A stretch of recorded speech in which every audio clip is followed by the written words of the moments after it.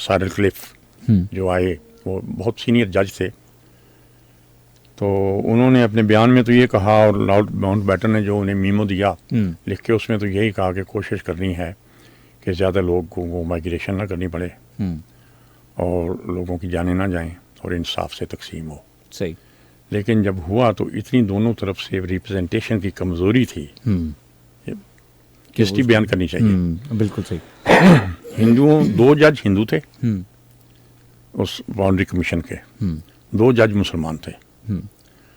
Chairman British تھا lord Cyril کلف، red کلف. تو red کلف نے اس کے سامنے جب کیس پیش کیا گیا تو اس کیس میں ہندوؤں کے پاس ایسی اسٹرانگ گراؤنڈز تھیں، مسلمانوں کی پریزنٹیشن جیسی بھی ہوئی تو ایک تو اس نے وہ تقسیم اسی طرح رہنے دی. صحیح. ہمیں پورا بنگال نہیں ملا. بات تو یہ تھی کہ جس اسٹیٹ میں ہماری اکثریت ہے وہ سارا وہ ہمیں ملنا چاہیے تھا. بالکل. دوسرا یہ ہوا کہ پنجاب کو تقسیم کر دیا گیا. اس وقت پتہ نہیں کہاں سے ماسٹر تارا سنگھ کو کھڑا کر دیا گیا اور یکا یک وہ تارا سنگھ چند مہینوں کے اندر وہ تارا سنگھ ہونے شروع ہو گئی. اس کا ہمیں سب سے بڑا جو ہے تقسیم میں نقصان یہ ہوا کہ یہ جو آپ کا گرداسپور ہے اس میں وہ ہیڈ ورکس تھا جہاں سے سارا پانی آپ کے شیخوپورہ کی، لاہور کی، ماناوالا کی، یہاں سکھوں کی بہت بڑی بڑی ذمہ داریاں تھیں. بالکل.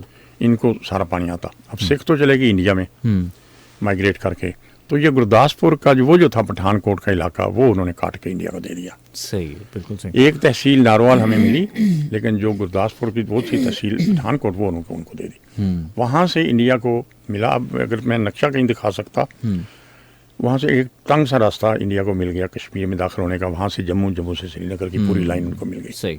بالکل صحیح. وہ اگر ان کو اس وقت نہ ملتی تو انڈیا جا نہیں سکتا تھا. اس کو میں تھوڑا سا آگے اور بڑھا دوں کلیئرٹی کے لیے.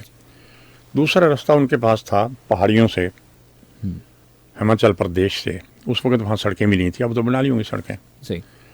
ادھر سے سری نگر تک جانا بہت مشکل تھا انڈیا کے لیے. اس وقت جیسی بھی ان کی تھی افواج، یعنی وہ بہت دشوار گزار راستہ تھا. اور اگست گزر چکا تھا، آگے سردیاں آ رہی تھیں، برف باری ہو جانی تھی. ایک کوشش کی جب ہمارے پریزیڈنٹ پرویز مشرف آرمی کے کمانڈر ان چیف تھے، انہوں نے ڈسکریٹ ایکشن ایک کیا خاموشی کے ساتھ کہ انہوں نے وہاں اوپر ٹاپ پہ جا کے وہ جس روڈ سے آتے تھے وہاں پہ کشمیر میں اور آگے گلگت بلتستان کوئی تو خطرہ تھا نا، تو انہوں نے وہاں بارڈر عبور کر کے تو کارگل کی جگہ پہ ان کی سڑک کاٹ دی. صحیح.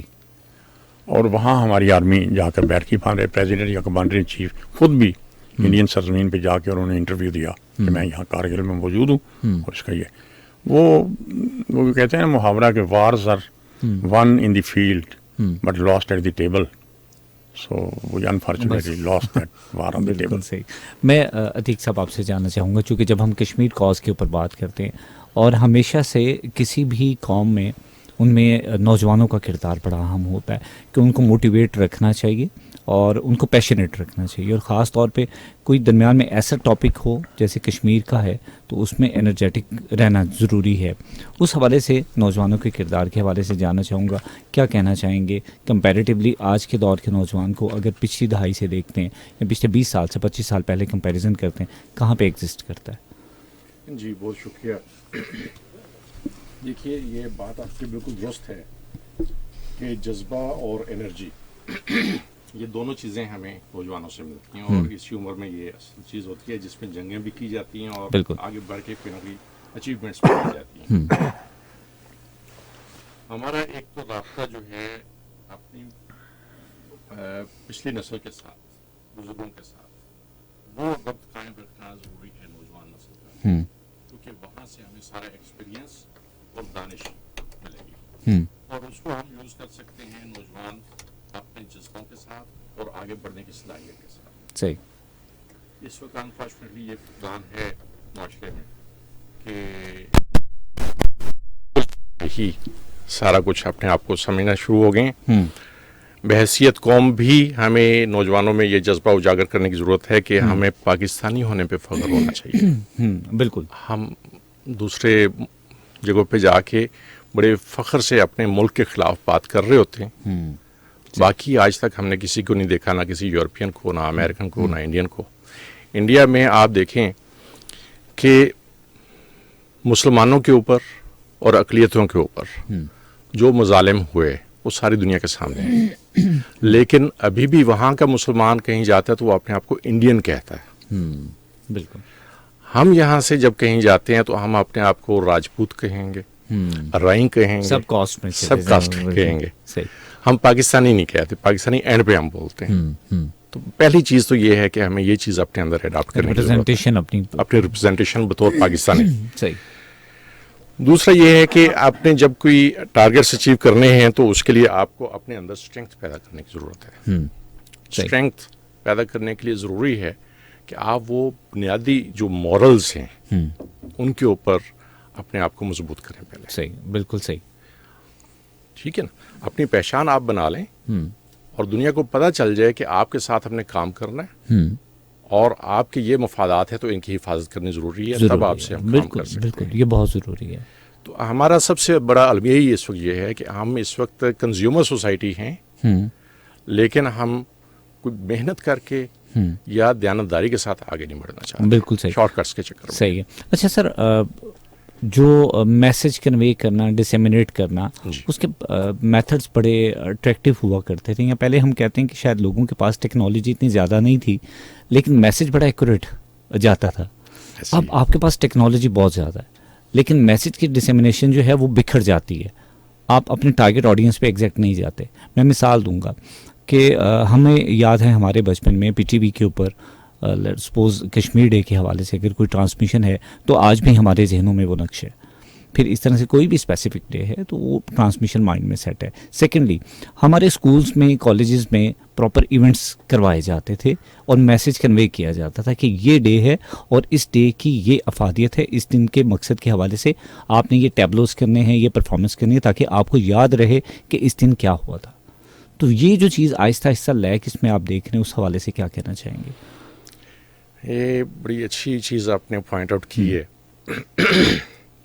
اور بچپن میں ہمیں معلوم ہے کہ جو بھی ہمارے کوئی ایسے دن ہوتے تھے، کشمیر کے حوالے سے بھی کہہ لیں اور یہ ڈیفینس ڈے کے حوالے سے یا یوم آزادی، ہم بڑے فخر سے کھڑے ہو کے سینہ تان کے قومی ترانہ بھی پڑھتے تھے اور بڑے جذبے سے نعرے لگاتے تھے.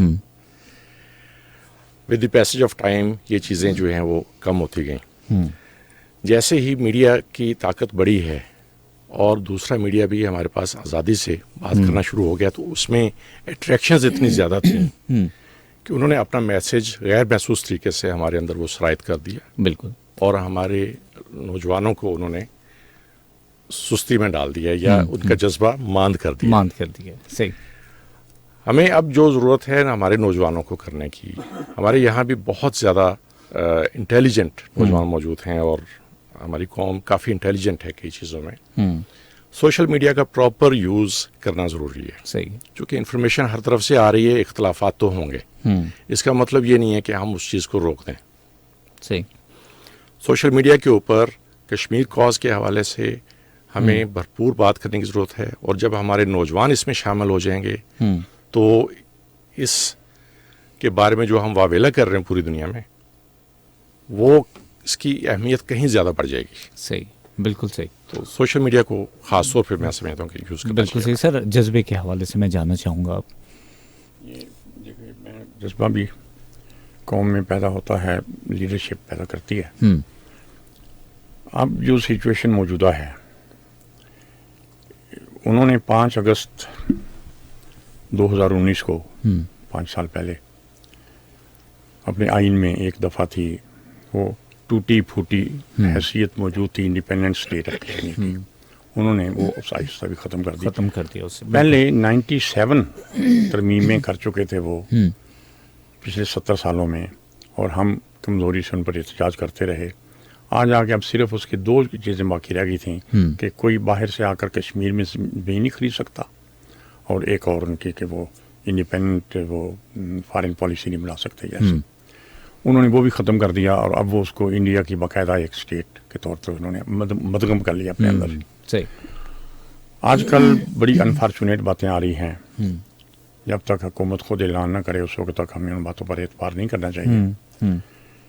ایسی کچھ لوگ باتیں کر رہے ہیں کہ جیسے ان کے ساتھ انڈرسٹینڈنگ ہو گئی ہو کہ لائن آف کنٹرول کو ہی بین الاقوامی سرحد تسلیم کر لیتے ہیں تو اب ہم اس پہ امن سے ایک دوسرے کو دونوں ملک ترقی کریں. صحیح.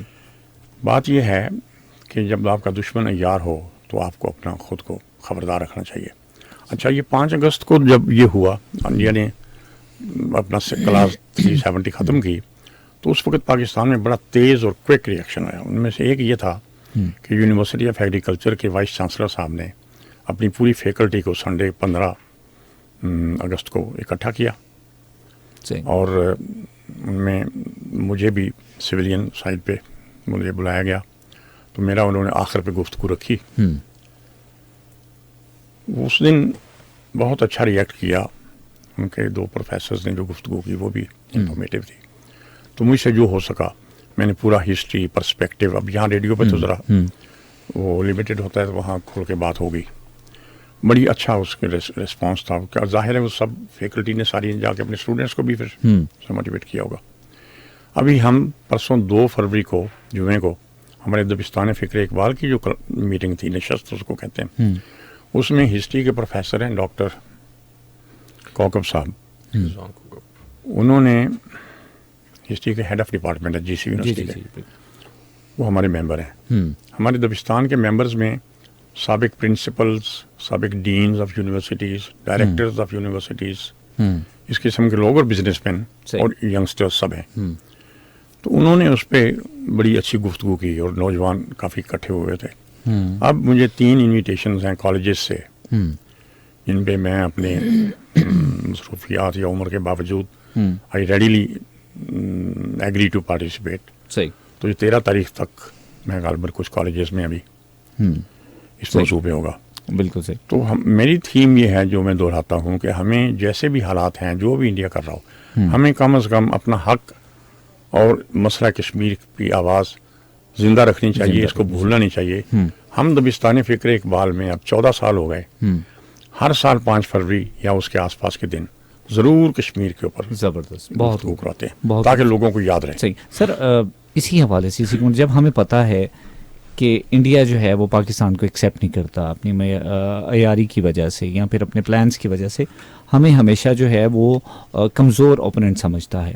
اور ایسے میں ہم پھر بھی انڈیا کے ساتھ ہمارے ٹریڈ کے معاہدے بھی ہوتے ہیں، ہمارے کلچر کے بھی ہوتے ہیں، ہمارے جسے کہتے ہیں باہمی طور پر مشاعرے بھی منعقد کیے جاتے ہیں، پھر ہماری کوئی نہ کوئی ایکٹیویٹی کمبائن ہو جاتی ہے. کیا یہ ساری چیزیں ساتھ ساتھ چلنا ضروری ہے؟ ہم ایک سی زندگی گزارتے ہیں سوائے اس کے کہ ان کی ریلیجس اور سوشل تقریبات کے آداب مختلف ہیں، مسلمانوں کے مختلف ہیں، لیکن ہم ایک ہی زبان بولتے ہیں. بالکل. کمیونیکیشن تو رہنی چاہیے. صحیح. ہماری ایران کے ساتھ بھی رہنی چاہیے، افغانستان کے ساتھ بھی رہنی چاہیے، دنیا میں رہنا ہے نا. لیکن یہ کہ وہاں بھی دیکھیے میں ایک اور forum Pakistan India forum for piece and friendship, یہ ڈاکٹر مبشر حسن مرحوم نے بنایا تھا یہاں پہ. تو اس کی بہت بڑی ممبرشپ تھی پاکستان میں بھی انڈیا میں بھی. تو 250 کے قریب لوگ پاکستان سے جاتے انڈیا اور اگلے سال 250 کے قریب لوگ انڈیا سے پاکستان آتے اور اس پہ سب کمیٹیز بنتی، ڈسکشنز ہوتی. وہ ان کے جب بھی آتے تو ان کا پہلا ٹیپ کا مصرع یہ ہوتا، پہلے بات وہ جی ہے تو ایک یہاں بھی ایک لکیر ہی ہے. بالکل.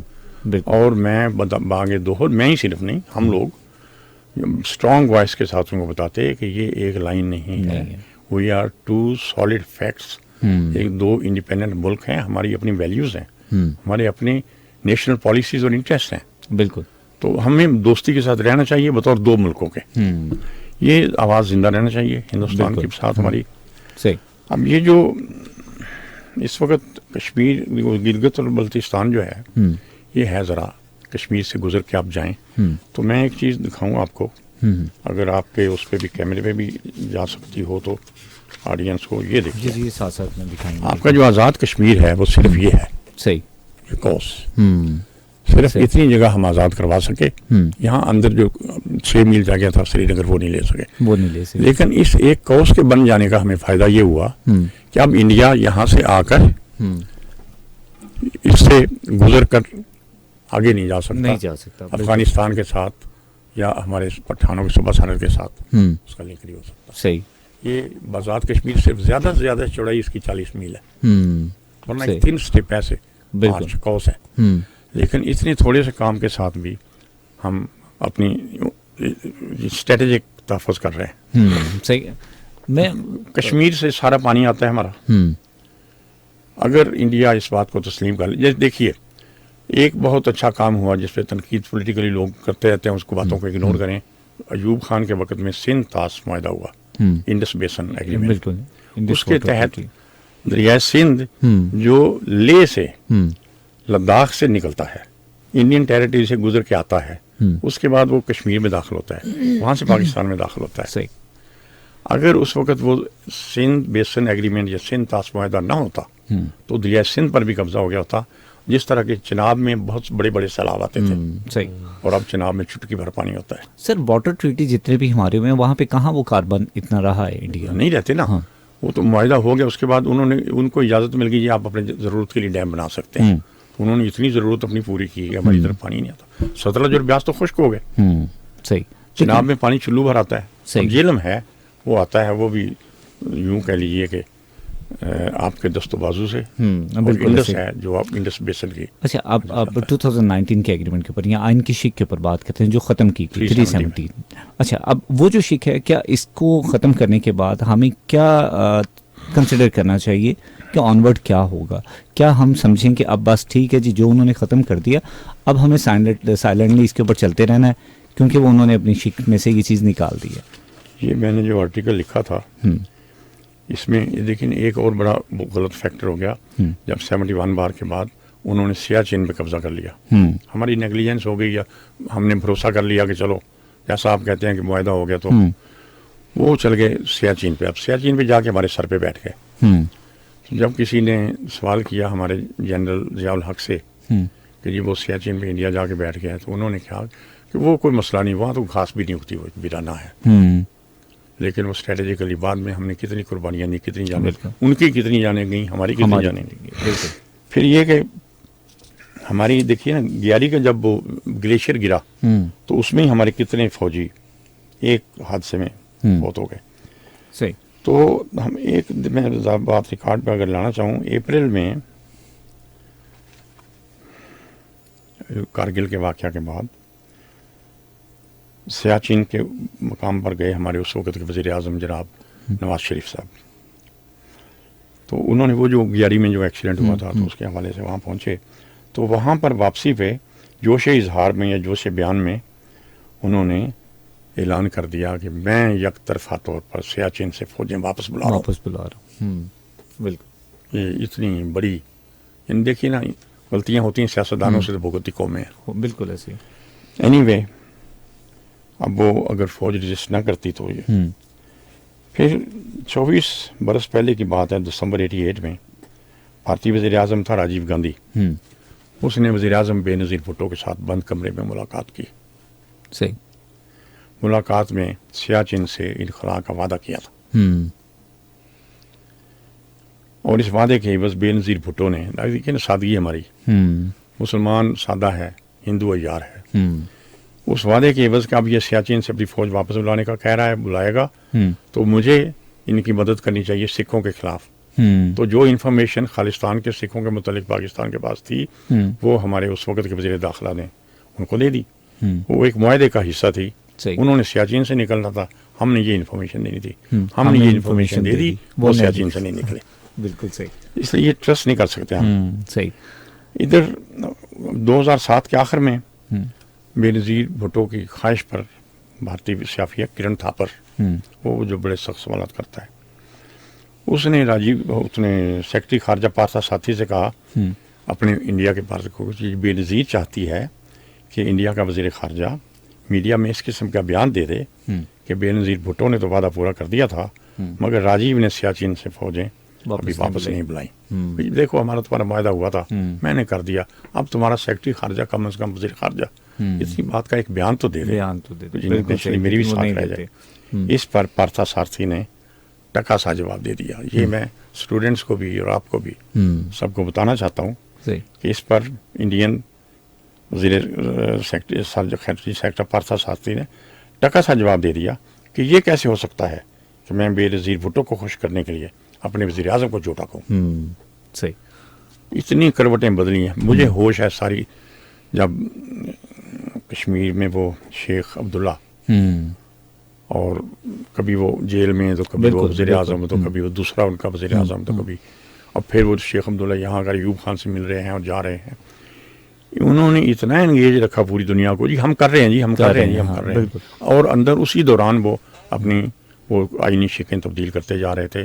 تو 370 میں جو تھی سب کلاسز ان میں سے آدھی انہوں نے ختم کر دی اس وقت. صحیح، بالکل صحیح. میں سر اور بہت سارے میرے ساتھ جتنے بھی ہمیں دیکھ رہے ہیں اور سن رہے ہیں یہ جاننا چاہیں گے کہ جو احتجاج کا طریقہ ہے ہمارا، پیسفل احتجاج ہم کرتے ہیں، ہم اپنا احتجاج عالمی دنیا کو ریکارڈ بھی کرواتے ہیں، ہم قراردادیں بھی پیش کرتے ہیں اور اس کے اوپر سنوائی کوئی نہیں ہوتی ہے.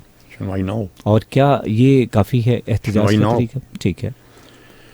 دیکھیے جب تک ہم طاقت اکٹھی نہیں کر سکتے،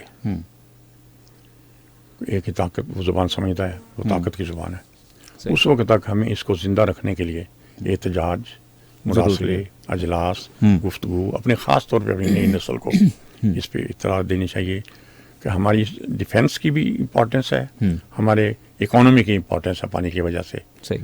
ہمیں کشمیر ہم چھوڑ نہیں سکتے، کچھ بھی ہو جائے ہم کشمیر کو، چھوٹا سا ٹکڑا ہمارے پاس ہے، ہم نے ان کو روکے رکھا ہوا ہے. صحیح، بڑا حصہ بھی آ جائے گا. اس میں کچھ ہمارے سیاستدانوں کے کرنے کے کام ہیں. ظاہر ہے کہ میں تو ملکی حالات کو سیاستدان کو کچھ نہیں مشورہ دے سکتا، وہ سب دانا لوگ ہیں، کچھ فوج کے کرنے والے ہیں وہ بھی دانا ہیں. صحیح، بالکل. ہمیں عوام کو یہ زندہ رکھنی چاہیے بات. میں عتیق صاحب آپ سے جاننا چاہوں گا جتنے بھی ہمارے گینگسٹرز ہیں ان کو کشمیر کاز کے حوالے سے کیا پیغام دینا چاہیں گے آپ؟ پیوستہ رہے شجر سے امید بہار. بہت خوب. اور نا امیدی والی بات کوئی بھی نہیں ہے. جو کچھ بھی ہوا ہے، اور بظاہر تو یہی لگتا ہے کہ کشمیر اب ہمارے ہاتھ سے نکل گیا، لیکن اس کے باوجود ابھی راستے موجود ہیں. اگر ہم اپنے اس کے اوپر فوکس کر کے چلیں اور یونائٹڈ ہو کے چلیں تو وہ دن بھی انشاءاللہ آئے گا جب ہم اپنا کشمیر حاصل کر لیں گے انشاءاللہ. سر نوجوانوں کے لیے کیا پیغام دینا چاہیں گے؟ ایک تو اپنے آپ کو ویل انفارمڈ رکھیں. یہ جو جعلی باتیں ہیں ان کے اوپر اپنا وقت ضائع کرنے کی بجائے پڑھیں.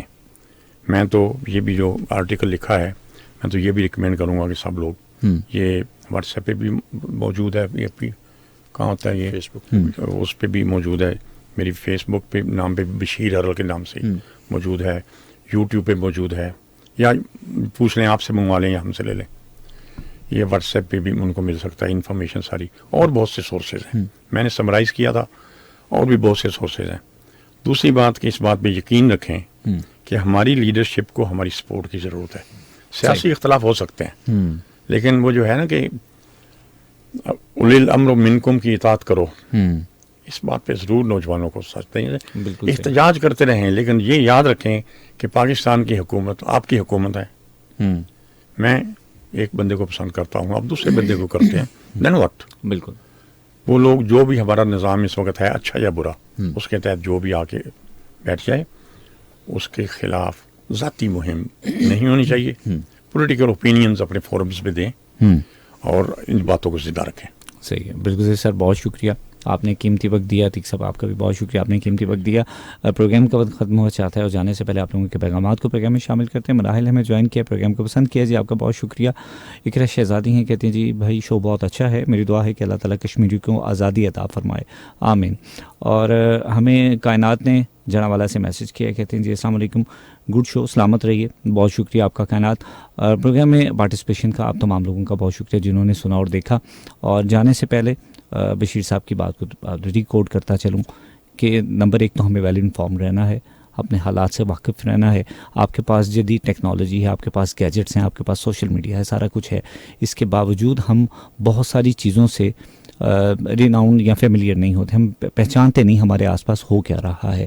ہمیں ایکوریٹلی حالات کو جانچنا ہے. سیکنڈلی بہت ہی خوبصورت بات کہ جیسے ابھی 2-3 دنوں کے بعد الیکشنز ہونے والے ہیں اور پولیٹیکلی ہر شخص کسی نہ کسی پارٹی کے ساتھ انگیج تو ہے، لیکن یہ ہمارا انٹرنل میٹر ہے، یہ پاکستان کا معاملہ ہے.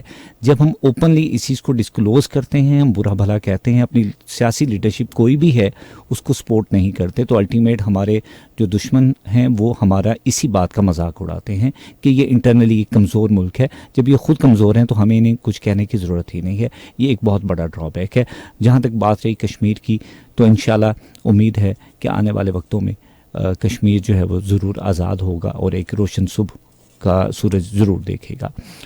جی سر, بشیر صاحب کچھ کہنا چاہ رہے ہیں؟ جی سر. بہت شکریہ فاروق شیخ صاحب, مجھے آپ سے مل کے اور آپ سے گفتگو کر کے بہت اچھا لگا سر. Thank you. ایک ٹو دی پوائنٹ اور فوکسڈ پروگرام تھا, اور شکریہ ویو FM 96. سر جزاک اللہ, جزاک اللہ, بہت شکریہ. آج کے پروگریسو پاکستان سے ہمیں اجازت دیجیے. میری آپ کے ساتھ دوبارہ پھر کل ملاقات ہوگی 1 بجے. تب تک کے لیے اپنا بہت سارا خیال رکھیے گا. اللہ نگہبان.